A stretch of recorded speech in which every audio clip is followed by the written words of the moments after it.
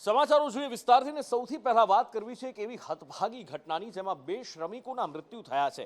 શ્રમિકોની જિંદગીની કિંમત શું છે એ ફરી એકવાર સવાલ ચર્ચાતો થયો છે। ફરી એકવાર એ સવાલ ચર્ચાઈ રહ્યો છે કે શું ગરીબના જીવની કોઈ કિંમત નથી, કારણ કે છાશવારે કોઈક ને કોઈક કંપનીમાં એવી દુર્ઘટના બને અને શ્રમિકોના જીવ લેવાઈ જાય છે। ફરી એકવાર આવું જ કંઈક થયું છે સુરતના કોસંબાની એક કંપનીમાં કે જેમાં મેન્ટેનન્સનું કામ ચાલી રહ્યું હતું ને એ વખતે ગેસ ગળતર થયું અને બે લોકોના મૃત્યુ થયા છે। બે પરિવારના માળા વિખાઈ ગયા છે। ધામરોડમાં મંગલમૂર્તિ કંપનીમાં ગેસ ગળતર થયું છે। આ રિએક્ટરની કામગીરી થઈ રહી હતી, મેન્ટેનન્સ થઈ રહ્યું હતું અને એ દરમિયાન આ દુર્ઘટના થઈ। કેવી રીતે દુર્ઘટના થઈ, શું થયું અને પરિવારમાં કેવો આક્રંદ વિલાપ અને એની સાથે સાથે શું પરિવારની વહારે કોઈ ઊભું છે કે કેમ, તમામ વિશે જાણીએ વિનેશ પાસેથી।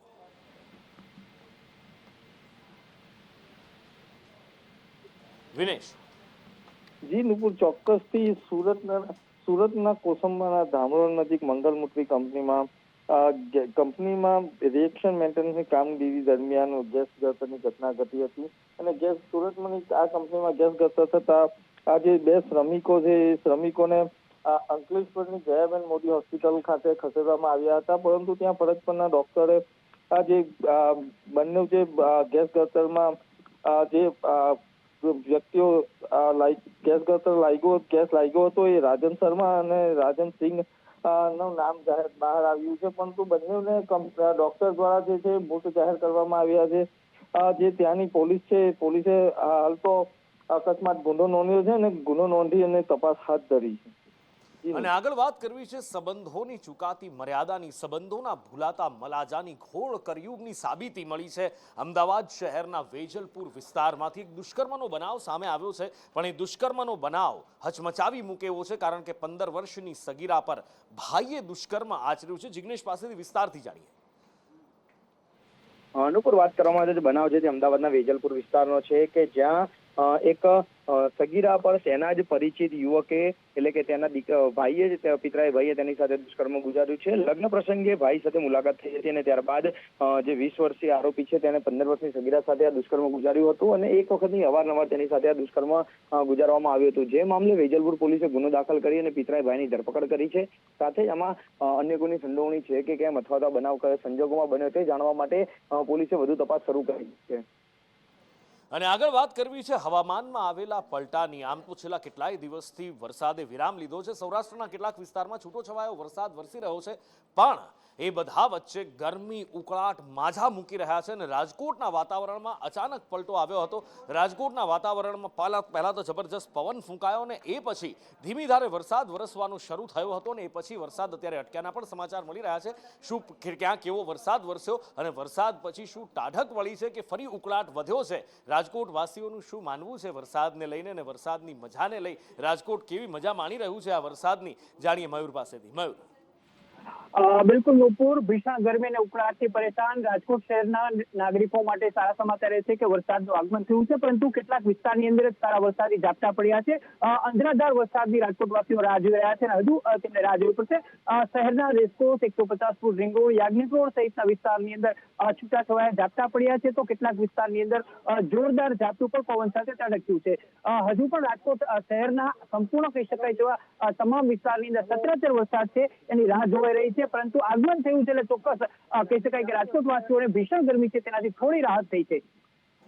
રાજકોટવાસીઓને થોડી રાહત થઈ છે, પણ રાહત જાજી ટકવાની નથી, કારણ કે જેવો વરસાદ અટકે કે 1-2 કલાકમાં તડકો નીકળ્યા પછી પાછો ઉકળાટ શરૂ થવાનો છે। એટલે આશા રાખીએ કે જલ્દી ચોમાસું આવી જાય। ચોમાસું જો કે અત્યારે મુંબઈમાં અટક્યું છે, વહેલું આવી ગયું ભારતમાં, પણ ગુજરાતમાં આવવા માટે ઠાગા ઠૈયા કરી રહ્યું છે, જાણે ગુજરાતથી રીસાયું હોય એવું લાગી રહ્યું છે। જો કે ચોમાસા પહેલાના કમોસમી વરસાદે ભયંકર દાટ વાળ્યો છે, પણ ફરી એકવાર હવામાન વિભાગની આગાહી છે કે છૂટાછવાયો વરસાદ થઈ શકે છે। રાજ્યમાં ક્યાંક હળવો તો ક્યાંક મધ્યમ વરસાદ રહી શકે છે અને રાજકોટમાં આપણે જોયું કે છૂટો છવાયો વરસાદ વરસ્યો હતો। આ બાજુ દાહોદ, છોટાઉદેપુર, નર્મદામાં આગાહી કરવામાં આવી છે। આવનાર 7 દિવસ સુધી આવો છૂટો છવાયો વરસાદ વરસવાની આગાહી કરવામાં આવી છે। आने वाले 7 दिनों के लिए जो गुजरात स्टेट के लिए फोरकास्ट है वो गुजरात रीजन और सौराष्ट्र दोनों रीजन में आइसोलेटेड प्लेसेस पे लाइट टू मॉडरेट रेन का पूर्वानुमान है। और मैक्सिमम टेम्परेचर की बात करेंगे तो आने वाले 7 दिनों के लिए maximum temperature no large change में रहेगा। और अहमदाबाद और गांधीनगर मैक्सिमम टेम्परेचर रियलाइज की बात करेंगे तो अहमदाबाद में 40.6 और गांधीनगर में 39.8 मैक्सिमम टेम्परेचर रियलाइज हुआ है। और आज के लिए अहमदाबाद के लिए 41 और गांधीनगर के लिए 40 डिग्री सेल्सियस के आसपास मैक्सिमम टेम्परेचर रहने का पूर्वानुमान है। आज के लिए जो डिस्ट्रिक्ट है जहाँ पे आइसोलेटेड प्लेसेस पे लाइट टू मॉडरेट रेन का पूर्वानुमान है वो सौराष्ट्र रीजन के डिस्ट्रिक्ट है राजकोट, अमरेली, भावनगर, गिर सोमनाथ, जूनागढ़, पोरबंदर और भोटाड डिस्ट्रिक्ट शामिल है। और गुजरात रीजन के जो डिस्ट्रिक्ट है जहाँ पर आइसोलेटेड प्लेसेस पे लाइट टू मॉडरेट रेन का पूर्वानुमान है वो डिस्ट्रिक्ट है दाहोद, छोटा उदयपुर, नर्मदा, डांग, नवसारी, वलसाड़, दमन, दादरा नगर हवेली, सूरत और तापी डिस्ट्रिक्ट शामिल है जहां पर आइसोलेटेड प्लेसेस पे लाइट टू मॉडरेट रेन का पूर्वानुमान है आज के लिए। રાજકોટમાં ગઈકાલે બાળ મજૂરોનું એક બહુ મોટું રેકેટ પકડાયું હતું. લગભગ 19 બાળ મજૂરોને એક મકાનમાં ગોંધી રાખવામાં આવ્યા હતા. એમના પર અમાનુષી અત્યાચાર કરવામાં આવ્યો હતો. એ વિડીયોઝ પણ સામે આવ્યા હતા કે જેમાં બાળકોના શરીર પર ઉજળા દેખાઈ રહ્યા હતા. એ હેવાન જેણે આ બાળકોને ગોંધી રાખ્યા હતા, સળિયાથી એમને માર મારતો હતો અને 19 બાળકોને ગઈકાલે મુક્ત કરાવવામાં આવ્યા હતા. ત્યારે આ બાળકો પશ્ચિમ બંગાળના હતા. તૃણમૂલ કોંગ્રેસ દ્વારા ટ્વીટ કરવામાં આવ્યું હતું ને એ પછી તૃણમૂલ કોંગ્રેસના પોલીસનો કાફલો અત્યારે રાજકોટમાં પહોંચ્યો છે અને આ બાબતે તપાસ પણ શરૂ કરી છે. રાજકોટ પોલીસ સાથે સંકલન કરી અને તપાસ ચાલી રહી છે. અને હવે વાત કરવી છે સુરતમાં મહાનગરપાલિકાના ડેપ્યુટી કમિશનર સામે વિરોધનો વંટોળ ઉઠ્યો છે અને એ પણ કર્મચારીઓ દ્વારા જ આ વિરોધનો વંટોળ ઉઠાવવામાં આવ્યો છે. એમની પર આરોપ છે કે એમના દ્વારા અશોભનીય ટિપ્પણી કર્મચારીઓ માટે કરવામાં આવી હતી. કર્મચારીઓ 2 પત્ની રાખે છે એવું બોર્ડમાં નિવેદન આપવાનું યુનિયનના કર્મચારીઓનું કહેવું છે, કર્મચારી યુનિયનનું કહેવું છે. અને આ કર્મચારી યુનિયન આ ભાષા, આ ટિપ્પણી મુદ્દે વિરોધ કરી રહ્યું છે અને એની સાથે સાથે હડતાલ પર બેઠું છે, રામધૂન બોલાવી છે અને ઉગ્ર વિરોધ પ્રદર્શન સુરત મહાનગરપાલિકામાં જ કરવામાં આવી રહ્યું છે. સુરત મહાનગરપાલિકાના કર્મચારી અને ગુજરાતના નાગરિકો માટે કે વ્યભિચાર એ લોકોના વિચાર ખોટા છે, 2 બૈરી રાખે છે એવા એમણે શબ્દો વાપર્યા છે જે ગુજરાતનું અપમાન છે. દરેક વ્યક્તિ, દરેક લેડીઝોનું અપમાન છે અને ગુજરાત કેરેક્ટરનું લૂઝ છે. આવા શબ્દો એક આઈપીએસ અધિકારી ના વાપરી શકે. સમાચાર પહોંચો કે નિધિ મેડમ ગુજરાત રાજ્યને કેરેક્ટર લેસ કહી છે એની ફરિયાદ પહોંચાડો. વિશ્વ કોળી સમાજનું સંમેલન મળી રહ્યું છે અને આ સંમેલનની અંદર સમાજ માટે પણ ઘણી બધી ચર્ચાઓ કરવામાં આવી રહી છે. એની સાથે સાથે સમાજને આગળ કેવી રીતે લઈ જવો એની પણ ચર્ચા ગાંધીનગરના સર્કિટ હાઉસમાં મળેલી આ વિશ્વ ક્ષત્રિય ઠાકોર કોળી સમાજ એકતાની પણ એમાં વાત કરવામાં આવી છે. ઋષિ ભારતી બાપુ સહિત ઘણા બધા સંતો પણ આ સંમેલનની અંદર જોડાયા છે અને સાથે સાથે આ સંમેલનમાં સમાજ માટે માંગણી કરવામાં આવી છે અનામતની. અત્યારે જે અનામત છે એ વધારી ઓબીસી સમાજ માટે અલગ અલગ વર્ગીકૃત કરી અને કુલ અનામત 54% સુધી લઈ જવા માટે માંગણી કરવામાં આવી છે. બંધારણના નિયમ મુજબ ઓબીસી સમાજને 54% અનામત મળે અને ત્યારબાદ વસ્તી મુજબ અનામત વર્ગીકરણ આપવામાં આવે. આ પ્રથમ એજન્ડા આજનો છે. અને બીજું કે આખા વિશ્વમાં સનાતન ધર્મમાં 26 કરોડનું પ્રતિનિધિત્વ સમસ્ત કોળી ઠાકોર સમાજ કરી રહ્યો છે અને ગુજરાતની વાત કરીએ ત્યારે 40%નું પ્રતિનિધિત્વ અને 2.5 કરોડનું પોપ્યુલેશનને સૌથી મોટું જંગી વોટિંગ એટલે 1.5 કરોડનું વોટિંગ પાવર અને 80 લાખ ઘર ધરાવ્યા છે આ સમાજ. ત્યારે તમામ સંગઠનોની જે ચોટીલા ખાતે મિટિંગ થઈ હતી એમાં પણ જે નક્કી થયું હતું એ પ્રમાણે કે આ સમાજની એક વૈશ્વિક સંસ્થા હોવી જોઈએ. ત્યારે બધા સંગઠનોના અભિપ્રાયો લીધા પછી આજે એક વૈશ્વિક સંસ્થાની પણ રચના થવા જઈ રહી છે ભીમ એકાદશીના પરમ દિવસે. ઠાકોર કોળી સમાજની વસ્તી ગુજરાતમાં 35% છે, પણ જ્યારે સરકારી ક્ષેત્ર હોય કે પ્રાઇવેટ ક્ષેત્ર હોય કે કોઈ પણ ક્ષેત્રમાં આ સમાજનું જે કહેવાય ને પ્રતિનિધિત્વ ભાગીદારી ફક્ત 1% છે. એટલે અમારી જે માગણી, જે લડત છે એ અમારી સંખ્યાના અનુરૂપ સંખ્યા પ્રમાણે અમારી સરકારમાં ભાગીદારી હોવી જોઈએ, અમારું પ્રતિનિધિત્વ હોવું જોઈએ. આ માટે અમે તમામ સંગઠનો ગુજરાતના જે ચાલે છે એ બધા એક મંચ ઉપર આવીને અમારી જે સામાજિક હક અધિકારની જે વાત છે એ વાત લઈને અમે આજ નીકળવાના છીએ. અને હવે વાત વિસાવદરની ચૂંટણીની કરવી છે. વિસાવદરની ચૂંટણી એટલે આ વખતે જાણે કે જબરજસ્ત વાક પ્રહારમાં કંઈ જ બાકી નથી રહ્યું. પહેલા આ ચૂંટણીમાં ગજનીની એન્ટ્રી થઈ, એ પછી આ ચૂંટણીમાં ઝેર, દવા એ બધાની એન્ટ્રી થઈ, પછી દારૂની એન્ટ્રી થઈ, પછી ખાતરની એન્ટ્રી થઈ અને હવે આ ચૂંટણીમાં ચિઠ્ઠીના રાજકારણની પણ એન્ટ્રી થઈ ગઈ છે. એવું લાગે છે કે આમ આદમી પાર્ટી અને ભાજપ વચ્ચેનો આ સીધો જંગ છે, કારણ કે સામસામે આક્ષેપ પ્રતિ આક્ષેપ ગોપાલ ઇટાલિયા અને કિરીટ પટેલ એકબીજા પર કરી રહ્યા છે, ભાજપ અને આમ આદમી કરી રહ્યા છે. નીતિનભાઈ કંઈ ચિત્રમાં નથી દેખાઈ રહ્યા, કોંગ્રેસના ઉમેદવાર, અને કોંગ્રેસ પણ સાયલેન્ટ પ્રચાર કરતી હોય એવું દેખાઈ રહી છે. પણ ભાજપ અને આમ આદમી પાર્ટી વચ્ચેનો આ જંગ ખૂબ રસપ્રદ બની રહ્યો છે અને આ વખતે ચિઠ્ઠીનું જે રાજકારણ ગરમાયું છે એમાં કિરીટ પટેલ એક સભા ગજવતી વખતે કહે છે કે એવો ધારાસભ્ય જોઈએ છે કે જે આવેદનપત્ર આપતો ફરે અને આજીજીઓ કરતો ફરે, કે પછી એવો ધારાસભ્ય જોઈએ છે કે એક ચિઠ્ઠી લખે અને મુખ્યમંત્રી એના કામ તરત જ કરી આપે, અને એનો ગોપાલ ઇટાલિયાએ વળતો જબરજસ્ત જવાબ આપ્યો હતો. આગામી દિવસોમાં આપણે ગેરમાર્ગે દોરશે. હું અહીંયા ઉપસ્થિત તમામ મતદાર ભાઈઓને કહેવા માંગુ છું કે મનમાં સંકલ્પ કરવાનો સમય આવી ગયો છે, ગામડે ગામડે વાત કરવાનો સમય આવી ગયો છે કે આવેદન પત્ર આપનાર ધારાસભ્ય જોઈએ છે કે ચિઠ્ઠી લખી અને મુખ્યમંત્રી શ્રી અને મંત્રી શ્રી પાસેથી કામ કરનાર ધારાસભ્ય જોઈએ છે. કિરીટભાઈ પટેલે એવું કીધું તમારે ચિઠ્ઠી લખે એવો માણસ જોતો છે, આવેદન પત્ર આપે એવો માણસ. આપણી વાત તો લખો ને ચિઠ્ઠી. આ શાસનથી વિસાવદરનો રોડ બંધ છે, સરકાર તમારી છે, લખો ને ચિઠ્ઠી, તમારી ચિઠ્ઠીઓ હાલતી હોય તો. ચિઠ્ઠી તો 2 નંબરની લખી, ભાષણ કરવા હેલી વાત છે, લોકોને ગુમરાહ કરવા હેલી વાત છે. સત્તામાં રહીને પોલીસ કે ગુંડાઓના કારણે ઉનાળુ વાવેતર ખેડૂતો નથી કરતા એવા અનેક ખેડૂતો મને મળ્યા. અને આ વિસાવદરની ચૂંટણીમાં સનાતનનો અપમાનનો મુદ્દો પણ ખૂબ ચગી રહ્યો છે અને ગોપાલ ઇટાલિયા પર સીધા આક્ષેપ થઈ રહ્યા છે કે ગોપાલ ઇટાલિયા સનાતન વિરોધી છે.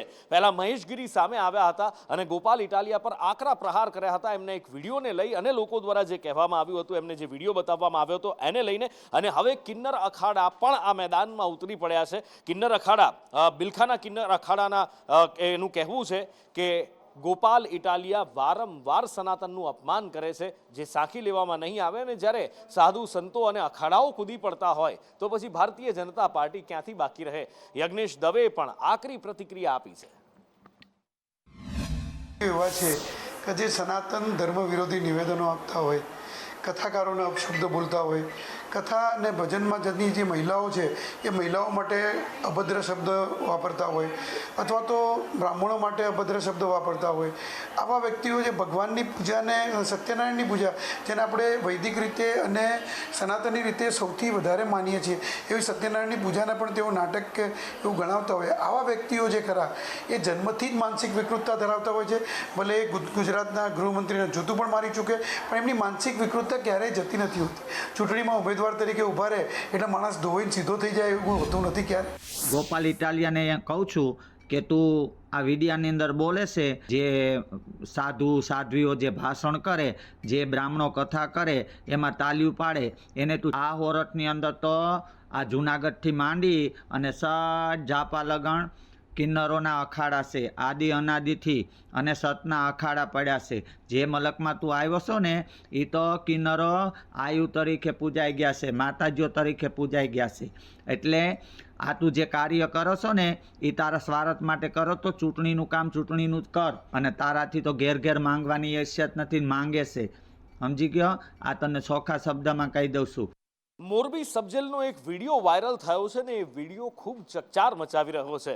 સબજેલની અંદર આમ તો કોઈ પણ વસ્તુ પ્રતિબંધિત હોય છે, મોબાઈલ, બીડી, સિગરેટ, તમાકુ બધું જ પ્રતિબંધિત હોય છે, પણ અહીંયા એક કેદી ફોન પર વાત કરતો વિડીયોની અંદર કેદ થયો છે અને એ પણ જેલની અંદર. ત્યારે જેલ સબજેલના ઇન્ચાર્જ અધિક્ષકનું કહેવું છે કે તપાસ થશે, કાર્યવાહી થશે. તપાસ પણ કેવી રીતે થશે, શું થશે એ સવાલ છે, કારણ કે જો વિડીયો દેખાઈ રહ્યો છે એ સબજેલની અંદરનો છે. જે ફોન પર વાત કરી રહ્યો છે એ કેદી છે, તો એની પાસે ફોન આવ્યો કેવી રીતે? કારણ કે આ પહેલા હજી કદાચ 4-5 મહિનાથી વધારે સમય નહીં થયો હોય કે જ્યારે ખુદ ગૃહ રાજ્યમંત્રી દ્વારા જેલમાં રેડ પાડવામાં આવી હતી, અડધી રાત્રે અભિયાન ચલાવવામાં આવ્યું હતું. પણ એ પછી પણ થયું શું? જો આ વિડીયો સાચો છે, વિડીયોમાં થતા આક્ષેપ સાચા છે, તો પછી પરિસ્થિતિ ઠેરની ઠેર આવી. એ અડધી રાત્રે જેલમાં પાડેલા દરોડાનો કોઈ જ મતલબ નથી રહ્યો. બતાવવામાં આવેલ મીડિયામાં દેખાતા વ્યક્તિ અત્રેની જેલના કાચા આરોપી છે. એનું નામ છે ઇમરાનભાઈ ફારૂકભાઈ સબીબી, જે હત્યાના કેસમાં વર્ષ 2022થી અત્રેની જેલમાં કાચા આરોપી તરીકે છે. અને આ વિડિયા બાબતે હાલ તપાસ કરી રહ્યા છે, નિવેદનો મેળવી રહ્યા છે અને જરૂર જણાય પોલીસ ફરિયાદ પણ જાણવા જો પોલીસ ફરિયાદ પણ અમારા દ્વારા કરવામાં આવશે. અને આ બાજુ અમરેલીના વાતાવરણમાં પલટો આવ્યો છે. જે છૂટાછવાયા વરસાદની વાત હવામાન વિભાગ દ્વારા કરવામાં આવી. દક્ષિણ ગુજરાત, મધ્ય ગુજરાતની સાથે સૌરાષ્ટ્રમાં પણ વરસાદની વાત કરવામાં આવી હતી. ગઈકાલથી જ આમ તો જો કે અમરેલીમાં તો છેલ્લા 10-15 દિવસથી મેઘાવી માહોલ જામેલો છે અને ફરી એકવાર અમરેલીમાં એવો જ માહોલ અત્યારે દેખાઈ રહ્યો છે. ફરી એકવાર વરસાદી માહોલ જામેલો છે, અસહ્ય ઉકળાટ, અને એના પછી ફરી એકવાર વરસાદ શરૂ થયો છે. અલગ અલગ ગામોમાં વરસાદ વરસ્યો છે. યોગેશ પાસેથી માહિતી લઈએ કે ક્યાં કેવો વરસાદ વરસ્યો છે. જી નુપુર, રાજુલા શહેરમાં સવારથી જ વરસાદી વાતાવરણ જોકે હતું અને ખૂબ જ ગરમીનો બફારો હતો. ત્યારે અત્યારે સાંજના સમયે રાજુલા અને રાજુલા તાલુકાના અન્ય ગામડાઓમાં વરસાદ શરૂ થયો છે. સાથે પવન પણ જોવા મળી રહ્યો છે અને વરસાદથી થોડી બફારામાં રાહત જોવા મળી છે. જી, ગુજરાત તૈયાર છે કોરોના સામે લડવા માટે, પણ એની સાથે સાથે આરોગ્ય મંત્રી જ્યારે એક કાર્યક્રમની અંદર હતા અને એ કાર્યક્રમમાં એમણે જે રાજકારણ માટેની વાત કહી કે રાજકારણ એ શું છે, રાજકારણમાં આવ્યા પછી શું થાય છે, રાજકારણ એ કેવી જોબ છે એની વાત કરી અને એમના દિલમાં ખૂણામાં ક્યાંક ધરબાયેલી એક વાત બહાર આવી ગઈ. શું કહ્યું ઋષિકેશભાઈએ એ જોઈએ. સિવિલ એન્જિનિયર થયો છું, પણ 2007થી આખો ટ્રેક બદલાઈ ગયો છે. તમને તો એવોર્ડ મળે, અમને એવોર્ડ મળતો નથી. થેન્કલેસ જોબ છે. આમ તો થેન્કલેસ જોબ છે.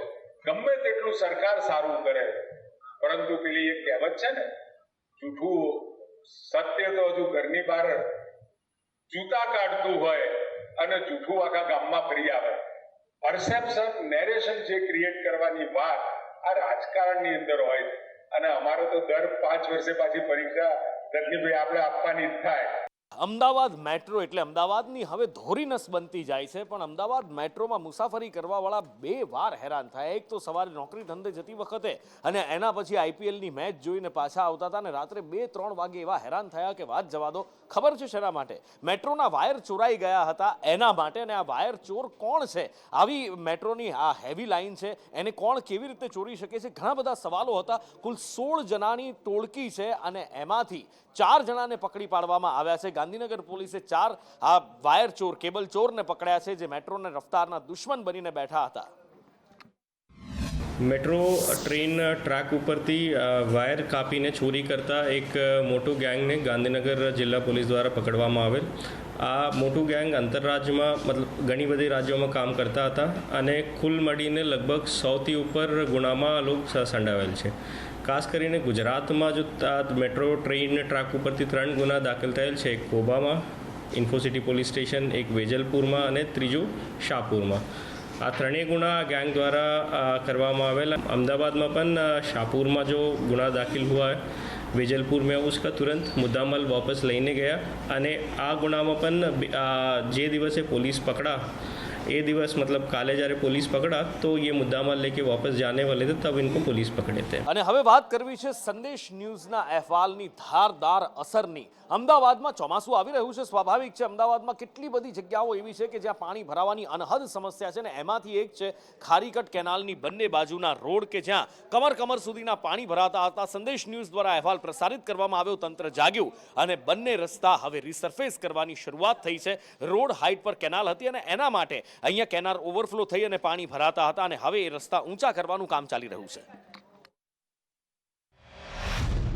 અમદાવાદ શહેરમાં ખારીકટ કેનાલ જે છે તેને પૂરી અને નવીનીકરણનું કામ છે તે કરવામાં આવ્યું હતું, પરંતુ અમદાવાદ મહાનગરપાલિકા જે છે તેના દ્વારા આજે ખારીકટ કેનાલ બનાવવામાં આવી અને જ્યારે કેનાલ જૂની હતી ત્યારે અહીં આ પ્રકારના સ્લોપ જે છે તે બનાવેલા હતા, કારણ કે ત્યારે કેનાલની હાઇટ જે છે તે ઉપર હતી ને કેનાલ પેક કરી અને ત્યાંથી સાયફન બનાવી અને રોડ જે છે તે એક તરફથી બીજી તરફ જતો હતો.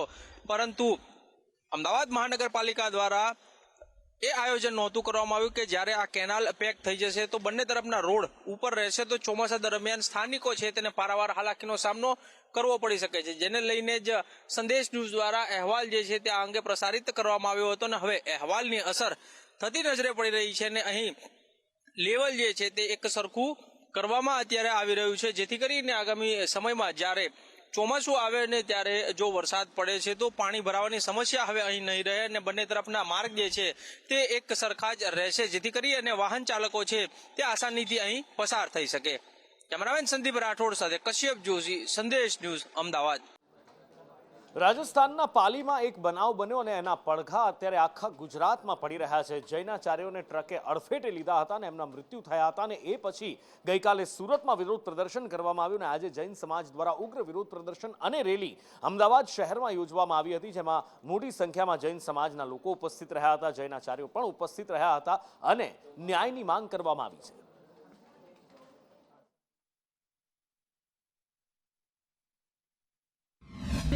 આ સાધુ સાધ્વી જે વિહાર કરતા હોય છે પેડલ, એમાં અકસ્માતો વારંવાર થાય છે અને જાણી જોઈને અકસ્માતો થતા હોય એવું જાણવામાં આવ્યું છે. આ છેલ્લા 1 મહિનામાં સળંગ 5 અકસ્માત થયા છે અને 1 વર્ષમાં 40 થી 50 અકસ્માત થયા છે. જે જૈન સાધુઓ, જે સાધુ સાધ્વી ભગવાનો જે પેડલ વિહાર કરે છે, જે વાહનનો ઉપયોગ કરતા નથી અને એમને એ માટે જે વિહાર સેવા ગ્રુપ બી જોડાયેલું હોય છે, પણ તેમ છતાં પણ એમનો અકસ્માત થાય છે, તો પોલીસ પ્રોટેક્શન વિહાર સેવા વખતે ખૂબ જ જરૂરી છે. અને આગળ વાત કરવી છે ખેડૂતોની વ્યથાની. આમ તો ભીમ 11 એટલે ખેડૂતોની ચોમાસુ સિઝનની શરૂઆત કહેવામાં આવે. ભીમ 11 એ દિવસે દીકરીઓને તેડાવવામાં આવે. બળદની જ્યારે જમાનો હતો, બળદને નાળથી ઘી પીવડાવવામાં આવતું અને ખેતીના શ્રી ગણેશ થતા હતા, વાવણીના શ્રી ગણેશ થતા હતા અને આશા રાખવામાં આવતી હતી કે ચોમાસું સારું જશે અને સારો પાક થશે. પણ અત્યારે તો ઘણા બધા ઉપર ન માત્ર વરસાદ પર પણ એની સાથે સાથે ખેડૂત સરકાર પર પણ નિર્ભર બની ગયો છે, કારણ કે ખાતર, બિયારણ બધું જ અત્યારે હાઇબ્રિડ થઈ ગયું છે અને જો એ મળે તો જ પાક થાય છે. અત્યારે સૌરાષ્ટ્રમાંથી પહેલા રાવ ઉઠી અને પછી હવે કચ્છમાંથી પણ રાવ ઉઠી છે કે ખેડૂતોને ખાતર નથી મળી રહ્યું. ખાતર ન મળતા ખેડૂતોની હાલત કફોડી થઈ ગઈ છે. ભીમ 11 વીતી ગઈ છે અને હવે જો વાવણી ન થાય તો પાક કેવી રીતે થાય? ખાતર અને બિયારણ વગર વાવણી કરવી તો કરવી કેવી રીતે, એ મૂંઝવણમાં ખેડૂત મુકાયો છે. સરકાર પાસે માંગણી છે કે વહેલી તકે પૂરતો જથ્થો મળે. અત્યારે જે કચ્છનો વિસ્તાર બહુ મોટો છે, વાવેતરની ફૂલ જોરથી તૈયારી ખેડૂતો કરી રહ્યા છે, તો એમના માટે જે જરૂરિયાત છે એના પૂરતો જથ્થો એ પ્રમાણે જોઈએ તો આપણે 20 થી 25% જથ્થો અહીંયા આવ્યો છે. તો હજી એમ સમજી લો કે ઘણો બધો જથ્થો બાકી છે. તો એમના માટે વહેલી તકે સરકાર ધ્યાન દોરે અને વહેલામાં વહેલી તકે એનો જથ્થો પૂરો કરે, તો જેથી કરીને ખેડૂતો સમયસર પોતાની વાવણી કરી શકે. ખેડૂતોને તો દર વખતે જ મુશ્કેલી તો હોય છે. જ્યારે સિઝન આવે ત્યારે જ આવું થાય. વચ્ચેના સિઝન ઓફ સિઝન હોય ત્યારે ગોડાઉન ભરેલા હોય અને જ્યારે સિઝન આવે ત્યારે ખેડૂતોને મળતું નથી.